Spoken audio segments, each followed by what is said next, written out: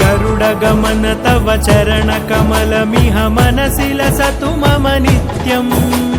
गरुडगमन तव चरणकमलमिह मनसि लसतु मम नित्यम् मनसि लसतु मम नित्यम् मम तापमपाकुरुदेव मम पापमपाकुरुदेव मम तापमपाकुरुदेव मम पापमपाकुरुदेव